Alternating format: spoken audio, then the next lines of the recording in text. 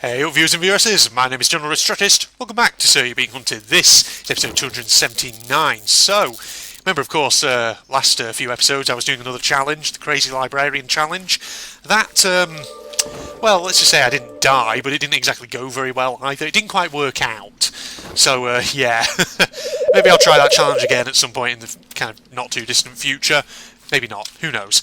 But of course, we're back now in here, and for this episode, which might actually only be a short one, I think we're just going to have another sort of relaxed podcast-style episode of chatting about various topics and things like that.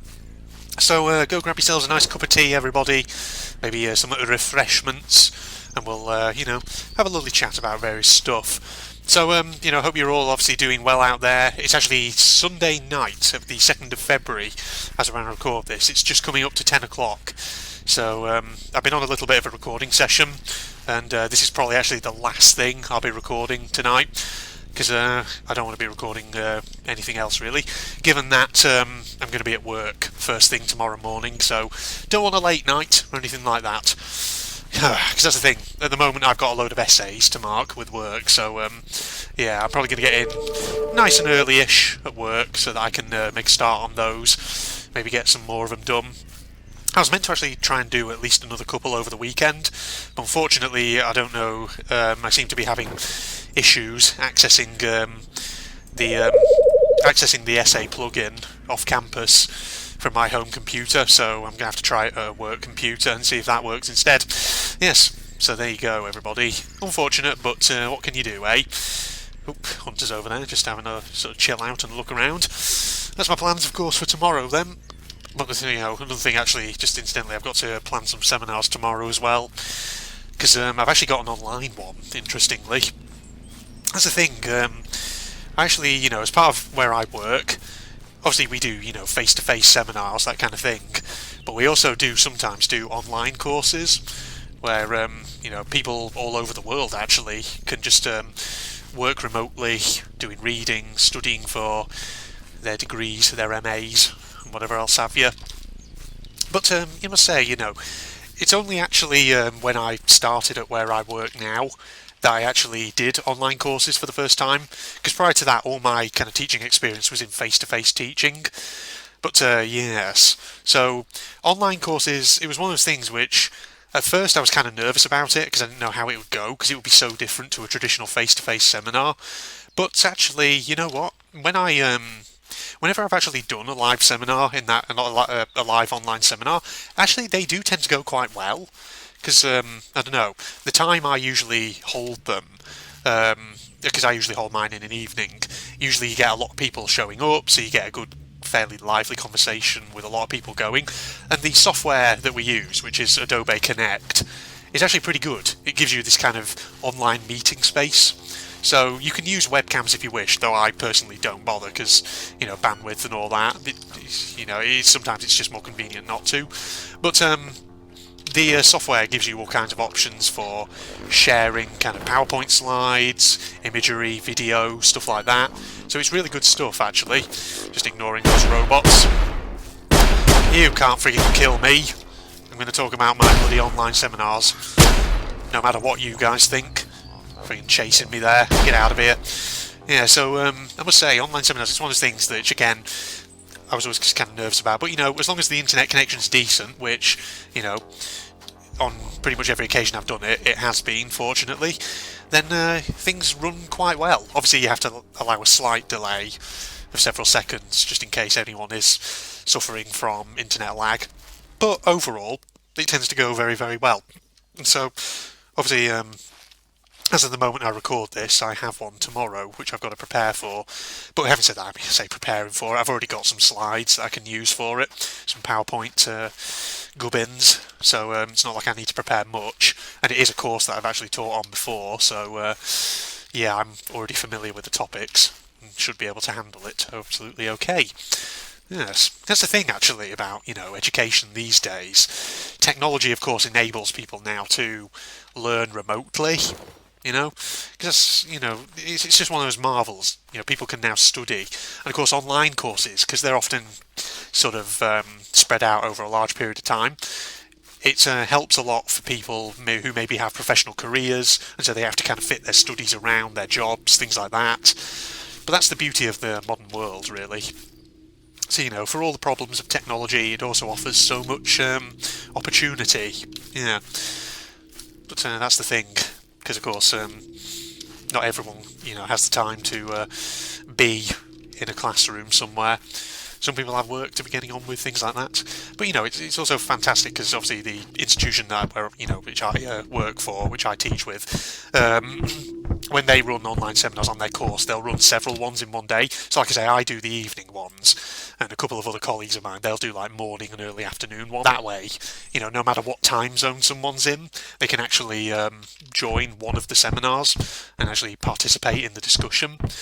So that's that's pretty good, because that's the thing, especially here in the UK, a lot of our students at plenty of universities around the country and at various institutions, huge numbers of our students these days are actually international.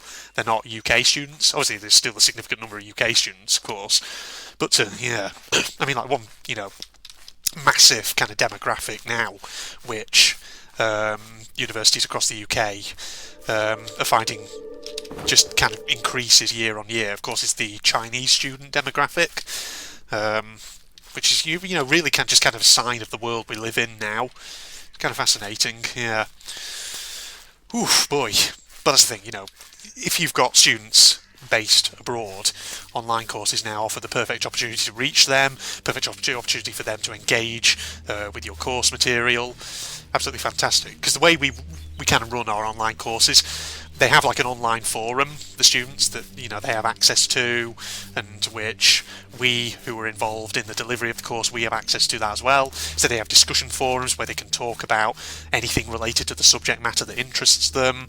Obviously they have their online reading lists, things like that. And of course, the link for the usual seminars, online seminars. And then of course they'll have links to things like online learning activities. So like internet lessons, stuff like that. So it's really good, It's that kind of innovative way of teaching, stuff like that. Absolutely fantastic. Okay, yes. Man, I just went off on one there about my duties tomorrow as an academic, but sure. Oof, gosh. Given that it is, evening as of when I record this, and I've already been recording a few videos, apologies if my voice feels like it kind of starts conking out a little bit. Hopefully it won't be too much of a problem. Because like I said, this is only probably going to be a short video. Just a relaxing video, maybe, 10-15 minutes long. Doesn't need to be huge. Okay. Man. But yes, also, actually, something else that I wanted to talk about. So, obviously, the last video, episode 278, where I concluded my Crazy Librarian Challenge, I was talking a lot about my old high school, my old student days, and something actually someone commented, because I mentioned orienteering, the sport, and it was interesting because a comment that was left on that previous one, the person in question sort of, I think, didn't really know what orienteering was, and they were saying, is that similar to orientation? So, I'll talk about that in a little more detail. So, orienteering is a sport of sorts. I mean, I think it is classed as a sport, but though it's kind of different to most of your kind of traditional sports. But essentially, so I read up actually a little bit on its background, and orienteering has its roots in kind of military training exercises, where soldiers would be given things like maps and compasses and told, okay, you need to make your way from this point and you need to find your way to this point. So it's kind of like a navigation exercise, but over time it developed into like a cross-country sport. So that's what it basically is, except at my old high school, as I said in the previous video, they were fucking lazy about it, and it wasn't really proper orienteering. They basically took me on the tennis court, set out a load of friggin' traffic cones with little signs on them, and so you'd navigate from cone to cone, you get a clue at each one that leads you on to the next one. But it wasn't, it wasn't proper orienteering, which is a shame, really, because when people obviously talk to me about orienteering, I always thought of like cross-country, proper cross-country trekking, get your walking boots on and go for a wander. But no, we didn't do that. But yes, that's what orienteering is. So if that's similar to an activity which you have in your native country, but which goes by a different name, then maybe that's what it is. But that actually got me thinking as well about the subject of sports and kind of leisure pursuits and things like that, physical leisure pursuits, that is. Because here's the thing, as a kid, I wouldn't say I was, overly sporty. I wasn't a fan of kind of the usual sports that we did in high school, because the problem is being in Northern England, growing up in Northern England at a high school there, you can imagine that the frigging sport which they played more than anything else in PE lessons was football, soccer for all you Americans out there. And power to you if you enjoy soccer, but personally it wasn't my favourite sport. Other sports though that we did basketball as well. I didn't mind basketball. I actually quite enjoyed it sometimes, because it was so different really to most other sports that I'd ever played. But yeah, they offered other ones. It was like rugby, for example, which you could do, which I never actually did because I was just a weedy little high school nerd, so I never did that. But yeah, rugby was very much the sport that all the sort of bigger, tougher lads used to play, to put it that way. But having said that, something that I did enjoy and I used to do in my teenage years, I used to go swimming a lot down at my local pool back when I lived up north, and I haven't been swimming in an absolute long time. And the thing is, I used to enjoy swimming so much, not even doing anything particularly exciting, just getting into a swim pool and just doing lengths, good way of keeping physically fit. The reason I just thought about that was because also, obviously people know that as of late I was pushing a lot of reminders out on my videos about the Q&A. As of the moment I record this, that Q&A has obviously gone out on the channel, probably. Now that I've said that, I probably have to try and make sure it goes out before this. And obviously I mentioned swimming there as well, how I used to enjoy that. So yeah, I just thought it'd be an interesting thing to bring up here in a Sir You Being Hunted podcast style episode as well. Man, I need to find out where my nearest pool is, maybe get back into it.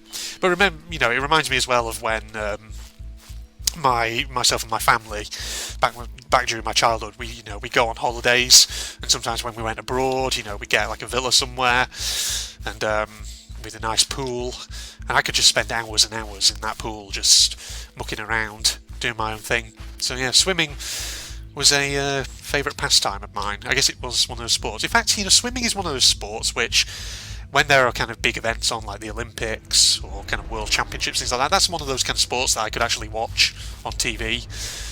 It'd be, very enjoyable. But another thing I mentioned in that Q&A as well was that in terms of sports that I like to watch, I do sometimes watch a bit of athletics, sometimes people running, things like that. Because sometimes that can be quite nice just to watch. It's nice sometimes just to have something on in the background when you're doing housework, for example. And typically, here in the UK, sometimes when I tune into BBC Two or whatever, they'll have athletics championships on. So that can be something fun to watch. Man.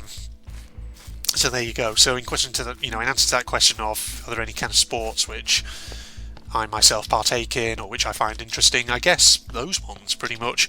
I've been here before, haven't I, to this flipping barn. What am I doing? Come full circle. There we go. Yes. Oh man, lovely stuff. Okay, well I think we've been recording there for about 15 minutes or just under, so you know what? I think that'll do for a podcast style episode. I just wanted to record a Sir episode before I kind of call it a night, just because I need one to go out on the channel. I need to put one into the upload queue. So yeah, recording a quick one, and a quick Sir You Being Hunted podcast style episode. Always a good bet, just a bit of filler content, that's all. So yeah, hope you enjoyed that episode then, everybody. Nice quick one. If you're not doing so already, Facebook and Twitter links down below as usual, along with a link to my propagandist channel. If you enjoyed, don't forget to leave a like, comment, subscribe, all that jazz. Share my videos with your friends on social media, blah blah blah. So yeah, let me know in the comments, everybody, what sort of sports are you into, or just general leisure pursuits. Other than that, thank you and goodbye all. What about some Jarls? Maybe some healers to back them up. Healer each. The king, because I think he's quite strong. Maybe 2 kings. In fact, actually, maybe let's get all the kings, and let's get a knight as well. We're going to fight fire with fire. Bunch of heavies. Okay, they're all kind of healing that one king there. Just not kind of what I want them to do, but it could work. Yeah, we are taking the Minotaurs down. Oh, come on, guys. I need you to get over there. You did it! Oh, there you go. There's 3 kings, look at them.